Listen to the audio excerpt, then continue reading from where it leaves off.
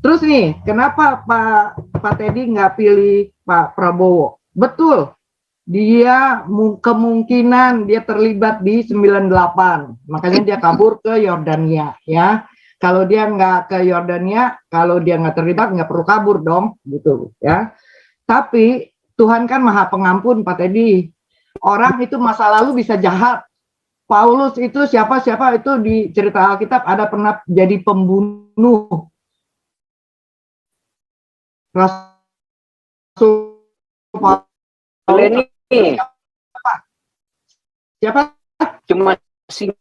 Cuma singkat aja, benar. Ya. Mamanya Manado. Saya tahu negara akan hancur kalau pimpin Prabowo. Itu mitosnya begitu, Pak. Dari sejarah kemerdekaan Indonesia, banyak orang-orang Manado itu pemberontak. Seandainya Prabowo jadi, negara hancur. Ya, karena mitosnya dia darah-darahnya Ibu Sigar, mamanya. Mamanya kan Manado. Iya, mitosnya nggak boleh, Pak. Nggak boleh darah Manado pimpin negara itu. Hancur negaranya. Pak Teddy, kalau negara sampai hancur, ya, nomor satu yang harus disalahkan adalah Jokowi dan Megawati. Yang saat ini ya, gitu. Nah, nanti dilanjut dengan masa Prabowo. Kalau dia mau hancurin, gampang Pak, gitu. Gampang. Kalau soal korupsi, siapa aja boleh korupsi. Yang dosa kan mereka-mereka sendiri, gitu loh. Gitu. Kalau soal hancur, ini sudah hancur dari sekarang nih Pak. PDIP menolak Israel. Aja kok begitu dilarang gitu loh. Bukan urusan politik, nggak ada urusan dengan politik gitu loh. Kalau mau hancur gampang Pak, Prabowo ini Pak. Tapi saya yakin dia ingin memulihkan nama baiknya di detik-detik terakhir sebelum Tuhan memanggilnya. Kalau sampai dia berkelakuan buruk dan lebih Indonesia hancur gara-gara Prabowo, Tuhan akan campur tangan. Mungkin nggak sampai 5 tahun Pak. 1 tahun pun cukup. Asal duduk jadi presiden. Prabowo kan hanya ingin berkuasa. Minta rakyat kasih hak kepada dia mandat untuk berkuasa, bukan untuk memimpin. Nah, berkuasanya berapa? Tergantung Tuhan.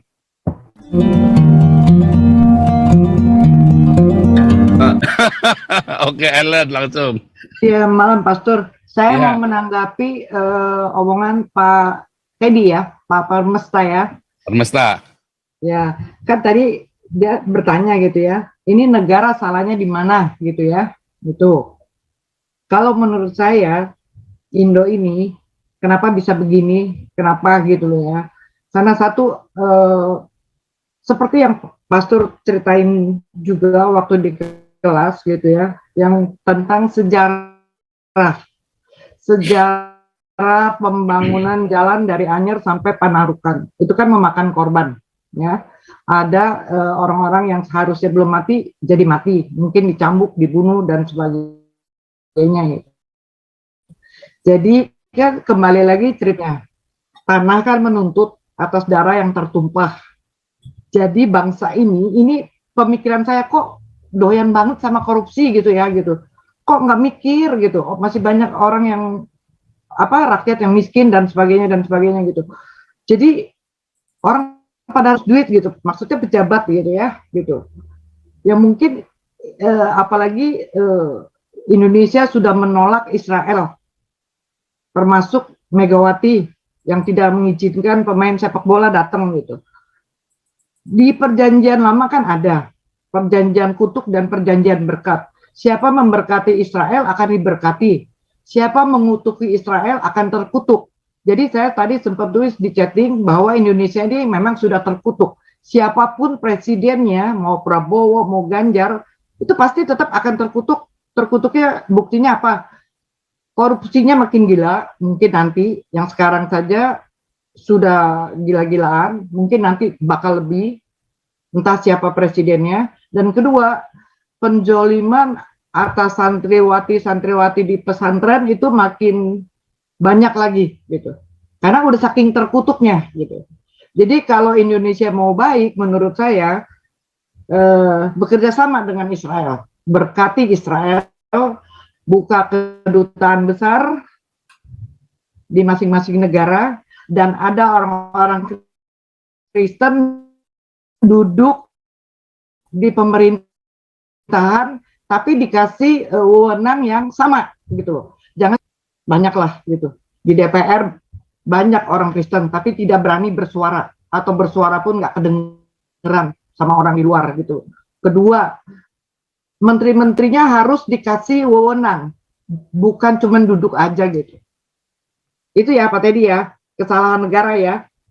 Ya, benar. Terus yang soal Prabowo nih ya. Sebentar Bu Ellen, catat tadi yang Prabowo ya. Ya. Ini memang ya secara kita jangan ngomong tahayul ya. Kalau mau diwali kan nggak setuju ya. Cuman kalau kita lihat ya, semua negara yang melawan Israel, yang memusuhi Israel itu melarat loh. Betul, Pastor. Ya, Palestina, ya. Malaysia ya sekarang malah udah baik kan sama Israel. Ya. Ya, Indonesia, Iran, Turki sekarang tahun kemarin ya kalau nggak salah ya buka konsulat Israel. Dulu enggak, melarat semua. Harus begitu. Ngeri ya. Nah, sekarang Indonesia. Di Malaysia ada tempat judi loh Pak, jangan salah loh Pak. Nah, dan Malaysia punya tempat judi. Dulu tempat judi udah pernah kita usulkan ya sebagai pembangunan ekonomi karena daripada uangmu pergi ke Malaysia, mendingan pergi ke negara sendiri tapi dilokalisasi. Idenya Ahok itu kan memang benar kan. Lanjut dulu. Ya, Bu Ellen. Begitu, Pak. Ya, saya lanjut. Lanjut, Prabowo, Bu Ellen. Prabowo nih ya. Kan Pak Teddy nggak setuju dengan Prabowo ya. Saya pun tadinya sama, bukan berarti sekarang saya setuju, belum tentu ya.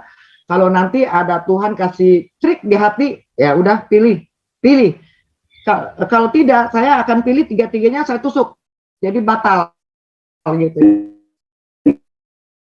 Ya, gitu. Ya, gitu. Kenapa?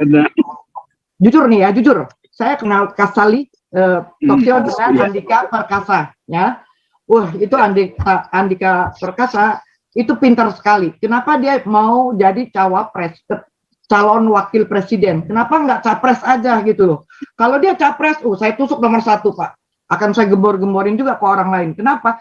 Dia pintar Pak. Ya kenapa? Dia bisa menjawab semua pertanyaan soal ekonomi, soal IT, dan soal politik jelas. Dan dia mengayomi bawahannya waktu dia jadi pangap. Dia yang mendesain makanan prajurit sehingga makanannya bentuknya kecil dan bisa dibawa di satu ransel. Dia juga yang mendesain dari Amerika gitu ya. Dia beli kompor kecil yang bisa masak berkali-kali. Nah, itu terus juga keluarga yang baik, namanya baik gitu ya, keluarganya komplit, anak-anaknya pinter, kuliah di Amerika gitu loh. Tidak seperti yang ini gitu ya, gitu. Terus nih, kenapa Pak Teddy nggak pilih Pak Prabowo? Betul, dia kemungkinan dia terlibat di 98, makanya dia kabur ke Yordania ya. Kalau dia nggak ke Yordania, kalau dia nggak terlibat, nggak perlu kabur dong, gitu ya. Tapi Tuhan kan Maha Pengampun, Pak Teddy. Orang itu masa lalu bisa jahat. Paulus itu siapa itu di cerita Alkitab ada pernah jadi pembunuh.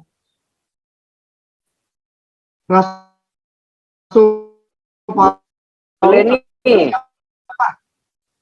Siapa? Cuma singkat aja, benar. Ya. Namanya Manado. Saya tahu negara akan hancur kalau dipimpin Prabowo. Itu mitosnya begitu, Pak. Dari sejarah kemerdekaan Indonesia, banyak orang-orang Manado itu pemberontak. Seandainya Prabowo jadi negara hancur. Ya, karena mitosnya dia darah-darahnya Ibu Sigar, mamanya. Namanya kan Manado. Iya, mitosnya nggak boleh, Pak. Nggak boleh darah Manado pimpin negara itu. Hancur negaranya. Pak Teddy, kalau negara sampai hancur, ya, nomor 1 yang harus disalahkan adalah Jokowi dan Megawati. Yang saat ini ya, gitu. Nah, nanti dilanjut dengan masa Prabowo. Kalau dia mau hancurin gampang, Pak, gitu. Gampang. Kalau soal korupsi, siapa aja boleh korupsi. Yang dosa kan mereka sendiri, gitu loh. Gitu. Kalau soal hancur, ini sudah hancur dari sekarang nih Pak. PDIP menolak Israel aja kok begitu dilarang gitu loh. Bukan urusan politik, nggak ada urusan dengan politik gitu loh. Kalau mau hancur gampang Pak Prabowo ini Pak. Tapi saya yakin dia ingin memulihkan nama baiknya di detik-detik terakhir sebelum Tuhan memanggilnya. Kalau sampai dia berkelakuan buruk dan lebih Indonesia hancur gara-gara Prabowo, Tuhan akan campur tangan. Mungkin nggak sampai 5 tahun Pak. 1 tahun pun cukup. Asal duduk jadi presiden. Prabowo kan hanya ingin berkuasa. Minta rakyat kasih hak kepada dia mandat untuk berkuasa. Bukan untuk memimpin. Nah, berkuasanya berapa? Tergantung Tuhan. Karena dari 3 calon ini nggak ada yang benar gitu loh. Menurut saya gitu loh. Betul nggak Pak? Terserah ya. Iya benar. Dia udah beli pesawat 24 di Amerika dan dia sudah beli lagi 24 helikopter. Dia siap berperang sekarang, Bu. Pak Teddy, kalau hancur juga nggak apa-apa, Pak. Justru lebih bagus Papua, NTT, Dayak mimpin sendiri, Pak. Itu dia. Ya, sebetulnya sih nggak apa-apa, Bu. Karena nanti ada beberapa provinsi, kota yang bakal gabung negara lain juga kan, jadi hidup juga sebetulnya. Mimpin sendiri jauh lebih cepat, Pak. Mungkin jauh lebih kalau cepat. kita mimpin Oh, iya, Pak. Iya, Kalau ya betul. Kalau Bali berdiri sendiri lebih maju, Pak. Jamin, Pak. Nah, Kalau kita pimpin sendiri 25 tahun aja udah kayak Singapura sekarang, Papua, Kalimantan, NTT, mana ada miskin kayak begini, ya kan? Nggak mungkin lah. pasti lebih bagus, Pak, kalau sendiri, Pak. Ya, Pak. Setuju Apa sama. Bu Helen? Saya punya candaan ya, istilahnya joke ya gitu. Kalau mau hancur, nggak usah panggil saya, bangun negara gitu ya. Tapi kalau mau berhasil, undang saya minum kopi 1 jam, gratis saya kuliahin. Berhasil bangun negara Pak, gampang. Nih, saya udah kasih kuncinya. 1, berkati Israel. 2, jalin hubungan. Buka mata. Negara-negara Islam saja bekerja sama dengan Israel. Itu saya kasih 2 kunci nih. Saya yakin nih ada yang dengar disampaikan ke kupingnya capres-capres ini. Kalau mau hancur, nggak usah panggil saya. Sombong ya. Bukan sombong, bercanda nih Pak. Maaf gitu loh. Itu fakta loh, itu fakta loh.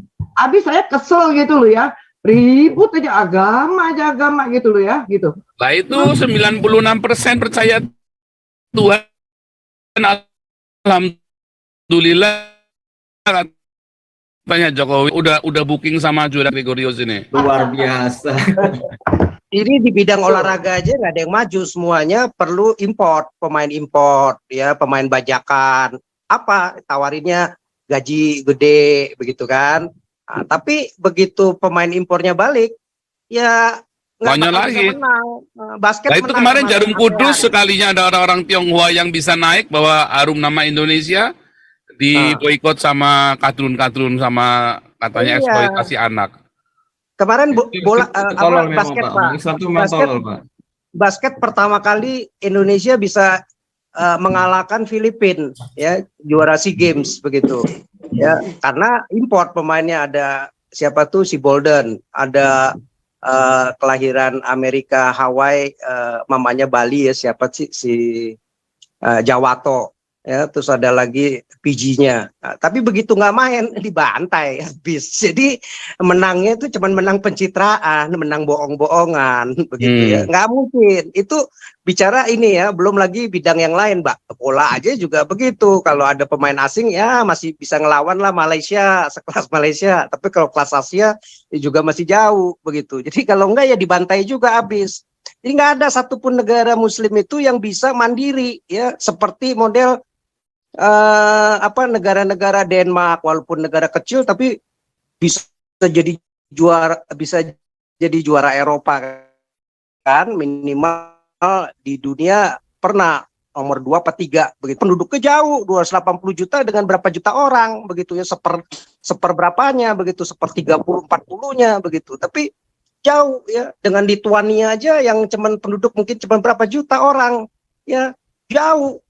Slovenia aja jauh begitu ya, menghasilkan pemain-pemain yang kalibernya bisa kaliber dunia. Jadi jauh lah kelasnya begitu ya, nggak ada. Jadi selalu itu bidang olahraga, bidang ekonomi juga begitu. Perlu ditopang yang kafir. Jadi nggak mampu mereka mimpin. Kalau mereka mimpin, apalagi dengan pakai undang-undang syariah model Islam ini ya jadi pakan kembali ke barbar, terbelakang, mundur jauh begitu. Mimpin dengan model sekuler aja nggak mampu, apalagi dengan yang model ajaran Islam, nggak bisa lah ya. Jadi bodoh aja, makanya Soeharto nggak mau lah ya, dia lebih baik deketin konglomerat yang non Muslim baru bisa mimpin. Kalau dari Muslim mana bisa, dia bisanya cuma jualan tahu tempe di itu aja, UKM kecil doang kelasnya. Kalau untuk mikirin yang gede mana mungkin dia bisa ada BSD, ada Pantai Indah Kapuk yang seperti sekarang, Kelapa Gading yang seperti sekarang, HRS building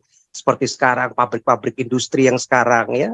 Nggak ada, jalan infrastruktur aja juga kebanyakan yang ditopang ya swasta juga begitu ya, bahkan dari negara-negara kafir, China, Amerika, Singapura ya, yang menjadi pendonor dan pembangun di negara-negara Muslim itu. Itu aja, sejarahnya akan selalu tercatat ya, bisanya nawarin duit, nawarin istri banyak, kekuasaan ya, nawarin surga Pak, nggak banyak. Iya, begitu. Jadi nggak bakal bisa maju. Ya itu nanti kita bahas. Oke, luar biasa. Terima kasih semua. Karena sudah jam setengah satu di sana. Kita harus stop karena jam 4 ada doa fajar. Nanti Pak Kwang nggak bisa ikut doa fajar, saudara ya. Manguni minta dimaafkan. Besok kita lanjutkan hari Senin dengan Pak Santiamer. Hari Minggu kita ada Koinonia. Terima kasih buat semua yang menyawer hari ini, luar biasa. Juga Pak SK juga luar biasa, mengejutkan. Dan selalu mengejutkan Pak SK ya. Juga tadi sudah saya WhatsApp ya Pak. Oke. Juga untuk para kontributor ya yang beropini, kita membangun opini saudara ya. Jadi Anda ngomong ya, ketika kita ngomong suara Anda itu penting ya. Karena kita didengar ya, kita didengar oleh seluruh dunia dan para pejabat-pejabat di Indonesia. Sekecil apapun itu akan didengar karena kita ini masuk ke dunia internasional, semua orang dari berbagai negara, orang-orang yang berbahasa Indonesia di berbagai negara dari sini ya saudara ya. Makanya beropini ya dan viralkan. Anda boleh potong-potong video saya gratis, tidak akan saya copyright kan apa enggak saudara ya. Nah, jangan lupa ke surga Pak Alexis. Dengan harapan Pak Paul, telinga-telinga mereka tidak tertutup.